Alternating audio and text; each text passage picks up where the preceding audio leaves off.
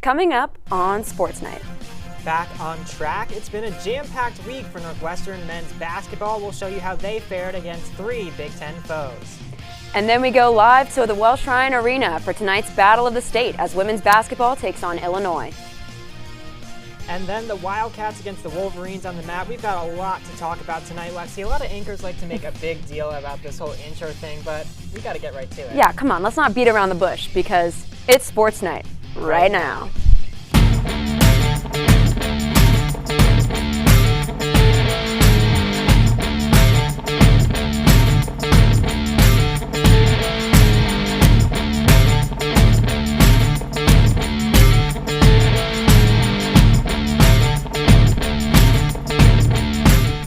Hello and welcome to Sports Night. I'm Lexi Jordan alongside Logan Schijano. We have a fun show coming up with lots to unpack, from an overtime men's basketball upset to more lacrosse accolades. A fun return for Logan and I after our quarters off campus. Yeah, it's great to be back in Evanston, Lexi, but we've got a lot to check out in this past week of action. There's no sugarcoating it. Every game for Northwestern men's basketball is a big game with where the Cats are at this point in the season. After a difficult stretch to begin the month, the Wildcats look to straighten things out exactly a week ago at home against Maryland. Head coach Chris Collins was shaking things up, handing freshman Angelo Cheravino his first career start. The Cats welcomed Juju Reese and Maryland at home at the Welsh for a Thursday night marquee. Now, Cheravino made a big impact in his first start, finding Matthew Nicholson for the lay-in to put the Cats up early. Maryland did a lot of their scoring with the 3-ball. Right here, you're going to see Jacoby Gillespie. He had 2 threes on the night, but Ty Berry said, anything you can do, I can do better. He's going to nail this 3 from the left elbow. He had a double-digit performance, the first time he's done that since December 29th against Northeastern. Taking us to halftime, Nick Martinelli, he's going to beat the buzzer, capping off a 3 to put Northwestern up by 1 at halftime. But Maryland fought back in the second half. But first, we're going to see Barnhizer miss, tipped back out by Fitzmaurice, and then Barnhizer again drills the 3 from the left elbow. Cats on a 12-0 run to start the third. Maryland fighting back now. That's going to be Derek Queen driving inside, putting the Terps within 3 with 7 minutes to go. And with 10 seconds left, Gillespie beats Nicholson to tie the game. Barnhizer now driving down the lane, and he misses. To overtime we go. The score knotted at 68. Now in overtime, Brooks Barnhizer did redeem himself, driving down the lane. May have gotten away with a travel, but lays it in. The Cats don't care with the game on the line now. Tied. Inbounds play. Martinelli finds the ball, shoots and scores to put Northwestern ahead at the buzzer. The Cats take this one by 2 to win 76-74. Now they would travel on the road to take on Michigan in Ann Arbor. We're going to get you those highlights in just a moment. But in the meantime, Northwestern had such an incredible game against Maryland. Really needed that one at home, and they were able to sneak away with the victory. Now on to Ann Arbor, taking on a top-ranked Michigan squad. Northwestern finds an early offensive rhythm. It's Nick Martinelli from the corner, and the Wildcats go up 7. But just as quick as Northwestern's lead came, it went away. Michigan's Vlad Golden finds a 3-pointer from straight on. He knocks it down. Northwestern not going away just yet. Jalen Leach trying to make a layup. He misses, but the ball gets kicked back out, and there's Ty Berry. Nearly a 3, but the pump fake and mid-range shot is good. Michigan down just 2. Danny Wolf's 3, but instead driving inside, he misses, and Burnett takes it to the rim, and it is good and draws the foul. He would go on to make that, giving Michigan the slight edge. Northwestern fought back, however, trying to create a little bit of a lead. They would go up by 5 heading into the locker room. A lot of back and forth here to begin the second half. You can see the Wolverines calling them back into the game. Brooks Barnhizer would go to the line, not able to sink the free throw. Now Michigan at the line. This one shot puts Michigan up by 4, and that would be just enough to take the victory. Cats couldn't get anything to go from the field in overtime. Michigan takes the win 80-76. Tough loss for the Cats. Now, after the Cats lost that one, they were back on their home floor last night against Indiana. They snuck away with a 79-70 victory. Joining me now to talk more about that is Brendan Prizeman. And Brendan, back and forth game, up and down affair last night at the Welsh. What was Northwestern able to do? How were they able to sneak away with the victory last night? Well, Logan, I think the big key is three-pointers. Heading into last night's game, Northwestern was 110 for 349 from beyond the arc. That's 31.5%. That would be almost bottom 100 in the nation. But last night, Cats made 13 of their 27 shots from beyond the arc, 48.1%. That's their highest mark of the season, and 9 of 14 in the second half as well for Northwestern. Of course, fueling that was Ty Berry, 23 points for the graduate, tied a season high, also a career high, with 7 made three-pointers on 10 attempts from distance. That's his most three-point attempts in a game since December 29th of 2023 against Jackson State. He also had the second most rebounds for the Cats last night with 7, and tied for the most blocks with 2. According to College Basketball Reference's game score metric, it's Berry's best game ever against a Big Ten opponent and his second best game ever.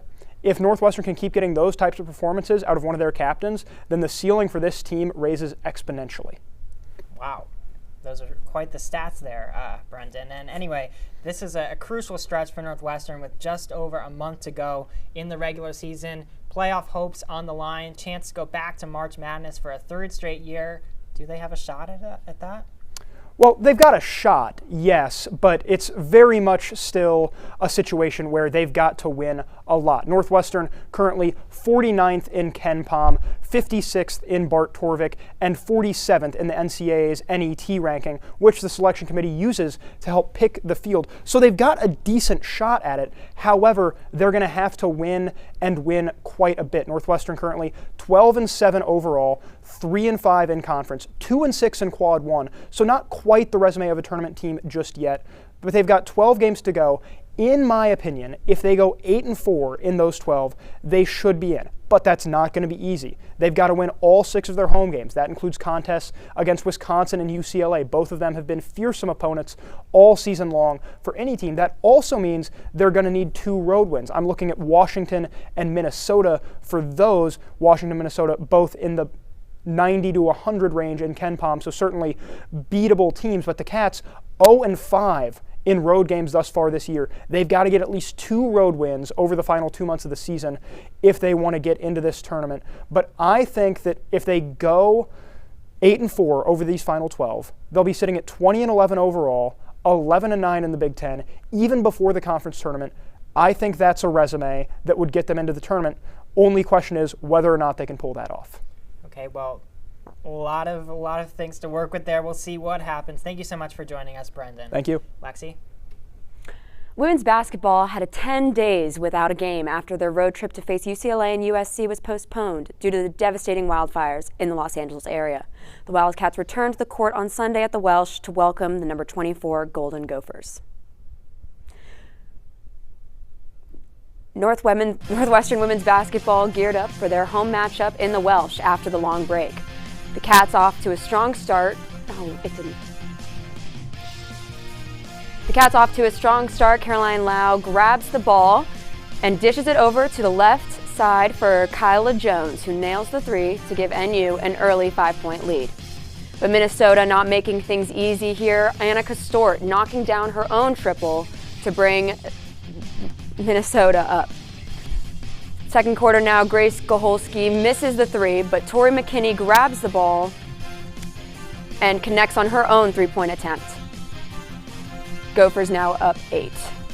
Just before halftime, it's Kaylee Walsh who drives from the foul line into the paint and connects on the layup and the 3-point play. Her teammates are hyped as the Cats lead by 4 at half. Northwestern extending its lead during the third quarter. It's Kyla Jones again hitting a corner 3 to put the Cats ahead by 14. But the Gophers would not go down without a fight. Grace Goholski drives to the basket, making the tough layup and drawing the foul to complete a crucial 3-point play. Tie game with less than 2 minutes to play, and it's Nehemiah Holloway standing wide open in the paint to give Minnesota its first lead since late in the first half. And despite holding a 16-point lead in the fourth quarter, Northwestern could not complete the upset. The Cats dropped to 7-10 on the season and 0-6 in conference play. And the Cats look to bounce back in the Welsh tonight after that heartbreaking defeat, facing off against Illinois. Our very own sports director, Leo Tesler, is on the court to give us tonight's forecast. Leo, what should we expect out of Northwestern tonight?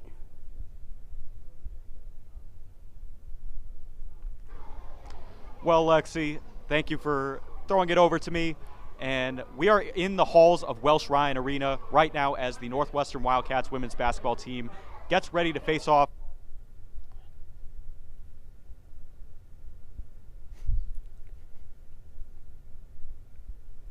Excruciating loss at the hands of ranked Minnesota just last Sunday. And, you know, there were lots of great performances in that game. Grace Sullivan with 18 points, Kyla Jones and Kaylee Walsh with 17 of their own, while other players were great on the boards as well. And in addition to that, you know, Illinois, who was ranked at the beginning of this year, they just suffered an excruciating home loss to ranked Michigan State. Michigan State ranked number 22, Northwestern facing Minnesota ranked number 24. So Illinois just lost 18 points to Michigan State on the road. They had some great performances from some of their better players, but again, you know, only scored 68 points in that loss. So do I think Illinois might be the better team here? Yes, probably. But with Northwestern coming off the win that they just had, or rather the near win that they just had over Minnesota, it could be anybody's game. So Illinois probably coming in as the favorite, but Northwestern, don't sleep on them just yet. Guys, back to you. Thanks, Leo. Should be a fun matchup. Who doesn't love an in-state rivalry?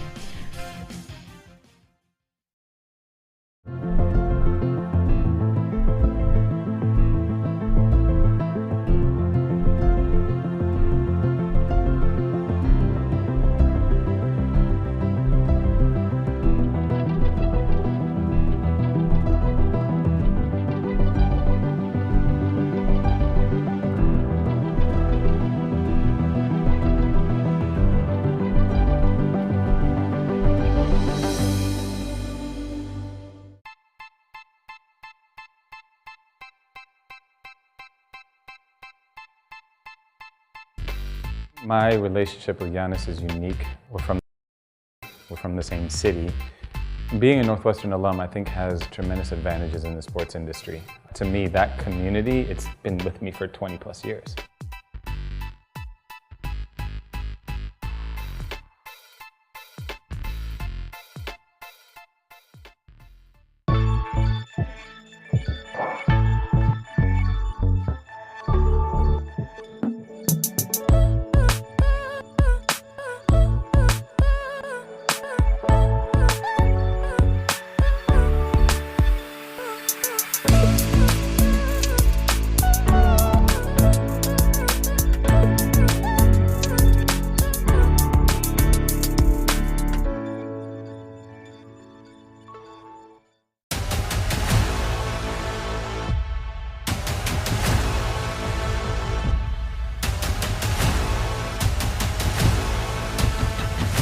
Ready, set, go!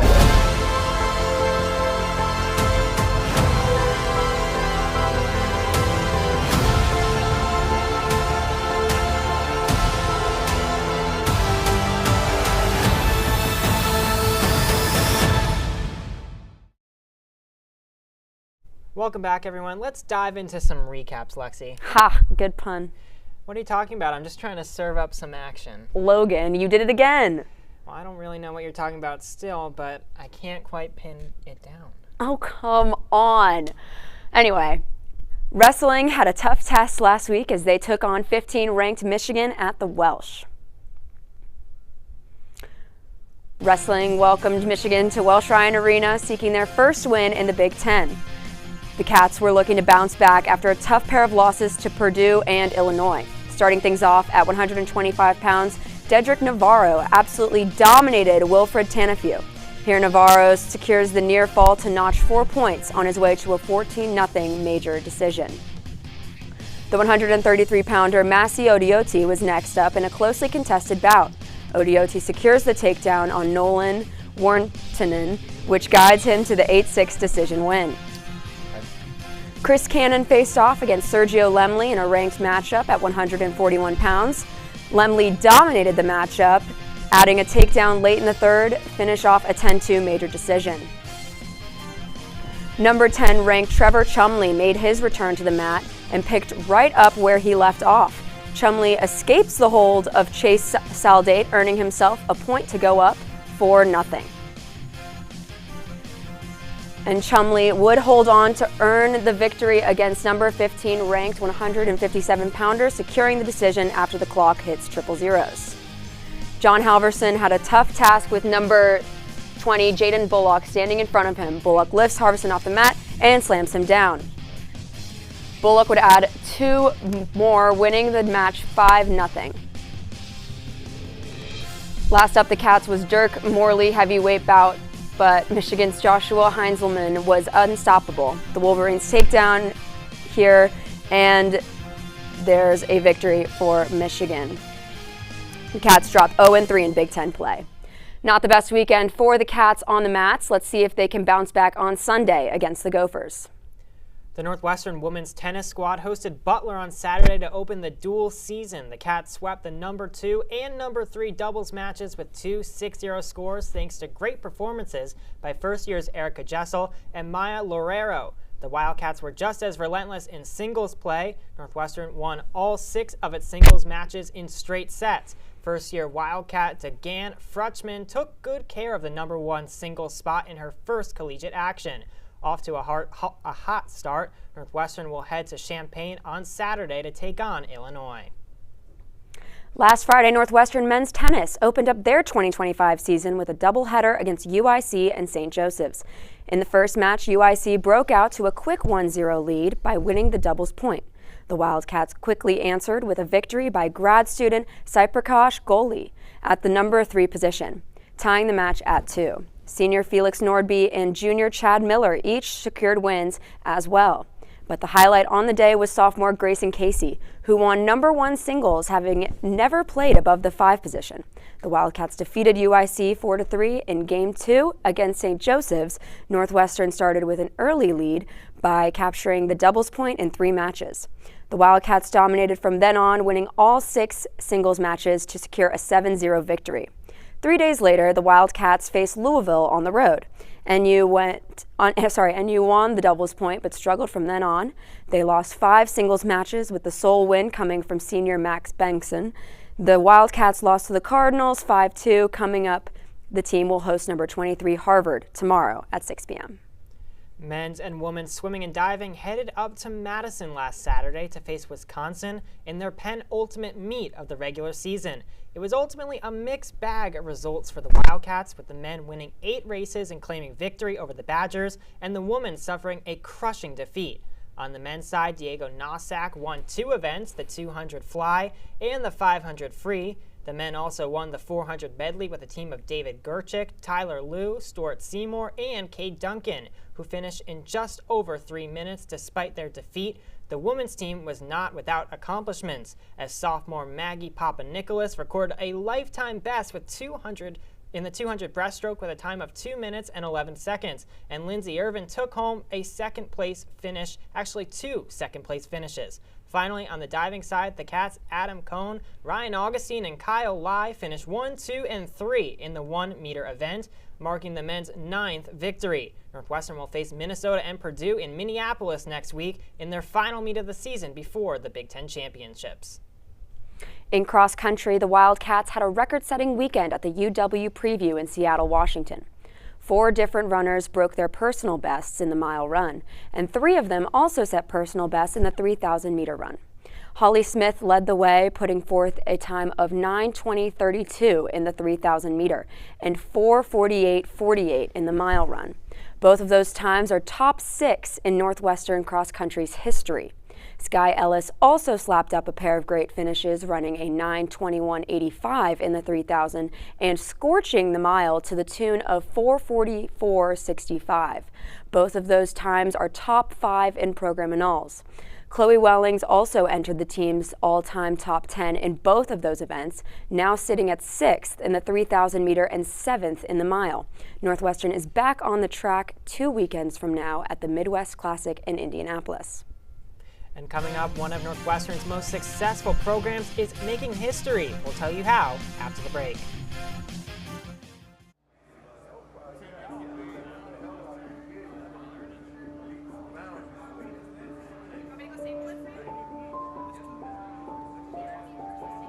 Trying to work my way out of the prison system was the most difficult challenge of my life. It only became tangible once I became a Northwestern student.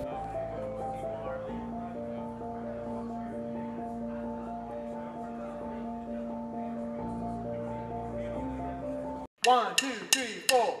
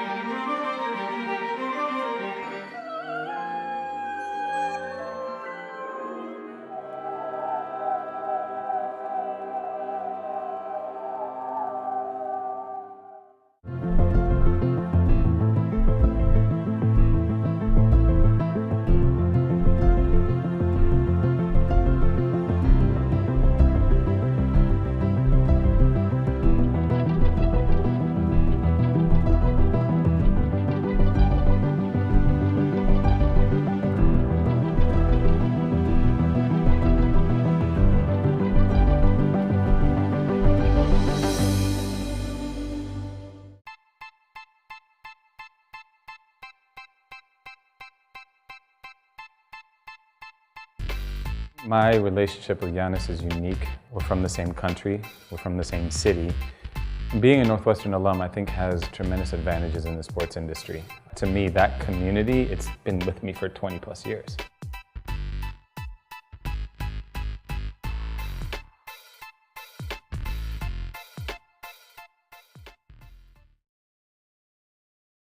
Welcome back to Sports Night. The lacrosse season may be just over 2 weeks away, but the 2023 national champions are wasting no time racking up the recognition.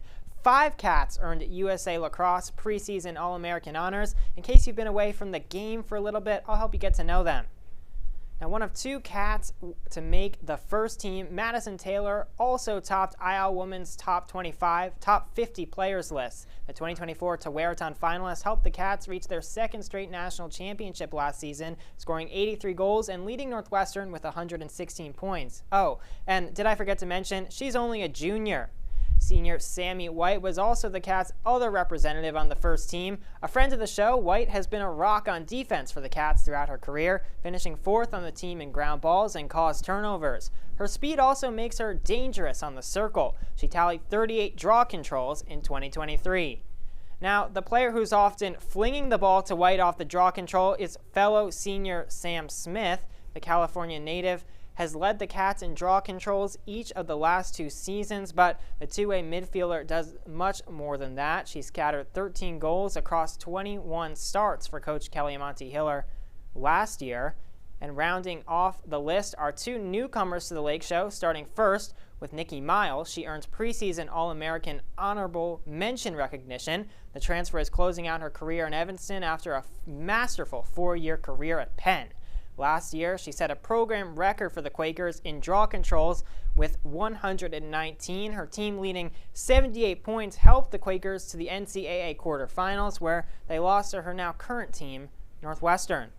And last but certainly not least, also making the honorable mention list was 6-year transfer Delaney Schweitzer. Now, Cats fans may know Schweitzer from her years stopping shots with Syracuse, but now the graduate student goalkeeper will be trading the orange for purple on her quest to claim her first national championship in her final season. And if the Cats do make it to championship weekend this year, they'll be taking a trip to Gillette Stadium in Foxborough. But next year, Northwestern will host the Final Four just a few minutes walk away from our studio at Northwestern Medicine Field at Martin Stadium. It's the first time the Division I Women's Lacrosse National Championship will be played outside the Eastern Time Zone, a major milestone for the program and the sport. And while 2026 may seem like a ways away, you only have to wait 2 weeks to see Northwestern Lacrosse open its season on February 7th at home against Notre Dame. And Lexi, I'm planning on being there. Are you going to be at that home opener? I can't say I've bought my tickets yet, but I am so excited for the Lake Show. Well, still plenty of time to get those tickets, Lexi.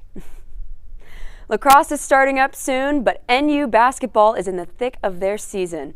But this week, another basketball season got underway at Northwestern. The players? Hundreds of Northwestern students, just like you and me. Sammy Crimstein has the story. I'm here at Henry Crown Sports Pavilion, more commonly known as SPAC, and today I'm covering Northwestern basketball. But there's going to be no Nick Martinelli, Brooks Barnheiser, or Chris Collins because I'm covering intramural hoops. It may not be D1, but the competition is just as fierce. It's just the first week of the IM season, but Team Car Wash has been preparing since last year. You may have heard that we went 0-4 last year. We weren't about to let that slide. We weren't about to let that happen again. Yes, so we had to come in, we had to win. I told them, we're practicing, we're locking in, we're watching film, we're taking clips. Their team captain put together a 47-slide presentation with offensive and defensive game plans. They even have a head coach who films their games on an iPad. After their first win, they look to continue raising the bar. I told my guys before the game, last season you went 0-4, but if you win this game tonight, I'm going to wear a suit for every other game. Northwestern intramural basketball is split into 3 leagues. Open competitive for the most serious and experienced ballers, co-rec, which requires teams consisting of men and women, and the most popular, open recreational. Each team competes for the ultimate prize, an IM champion t-shirt. We definitely want to win. We want to get that shirt. We want those IM champion shirts. We're getting that shirt before we graduate. For some, IM is a great way to get together with friends. For others, it's a needed outlet from a heavy load of schoolwork. Really just been locked in all day, just grinding work. I'm I get to hoop. IM basketball appeals to hundreds of students every year, with 90 total teams and over 700 confirmed registrations for the 2025 season. Not even all those slots could fill the sky-high demand to play. 27 teams are still on the wait list. We can only take so many teams based on the size of the space we have, the amount of courts, the staff, our budget, resources. When strolling around the courts at SPAC, you'll see a wide variety of experience. Many had played on teams in the past. Some players were new to the sport, while others came in with a bit of an edge. I was first team all-conference senior year of high school. Thank you. Wow. IM also brings a variety of students out to play. Fields of study from the humanities to STEM are represented, bringing students together who usually wouldn't have the chance to interact. Even grad students get the opportunity to ball out, like Team BME. BME representing their educational program, Biomedical Engineering. We're just a bunch of grad students passionate about basketball. It's just a fun thing to pass the time. I did volleyball last quarter and it was a blast. We didn't win a single game, but I had the time of my life and I'm having a blast starting basketball. Here at Sports Night, we usually cover D1 sports, but not everyone can go D1. Sometimes you just gotta play for the love of the game. BME! Take it home! Car Wash! For NNN Sports Night, I'm Sammy Crimstein. IM basketball season goes until late February. I would know that as I am a competitor myself, and as is our reporter Sammy Crimstein. Can't wait to see him out on the court. Now let's see where you can catch the Cats this weekend. All day Saturday, Northwestern superstar fencing team faces off against the Fighting Irish. And then at noon, women's tennis takes on an in-state rival in Illinois down in Champaign. Then Sunday at 2 p.m., men's basketball takes their shot against Illinois, looking to go 2-0 on the season against the number 17 team. And don't head out just yet because we've got everyone's favorite part of the show, Plays of the Week, after the break.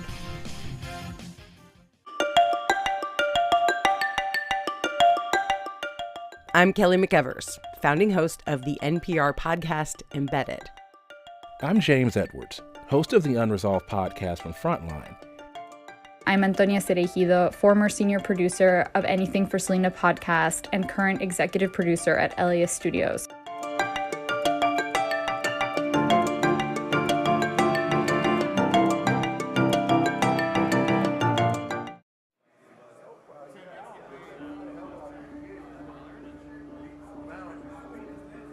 My narrative, since I've been locked up and kind of made my transition, has been like redemption, accountability.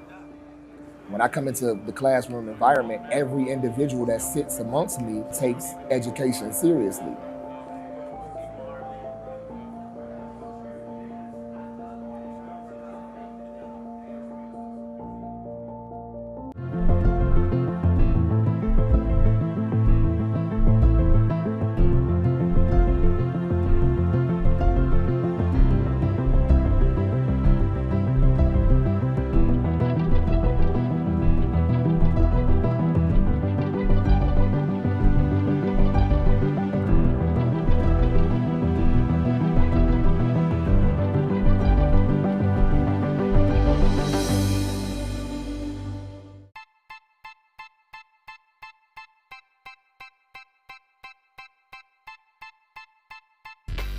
My relationship with Giannis is unique. We're from the same country, we're from the same city. Being a Northwestern alum, I think, has tremendous advantages in the sports industry. To me, that community, it's been with me for 20 plus years.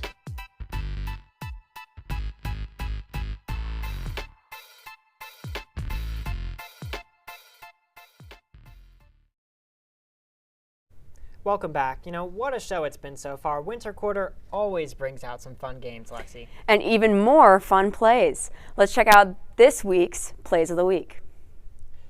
You know, Plays of the Week, such an exciting time. Coming in at number 3, men's basketball. Northwestern up 2 points on Maryland. Maryland turns it over. Brooks Barnhizer intercepts the pass and slams it down for his 1,000th career point. A major milestone for Brooks Barnhizer.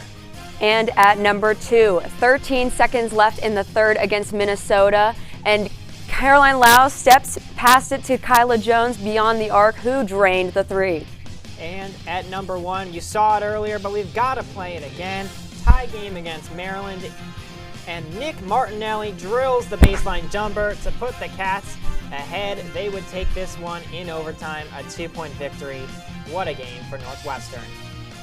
Well, that's all we have time for tonight. Another action-packed week in the books. Yeah, we've covered everything, wins, losses, and a whole lot of highlights.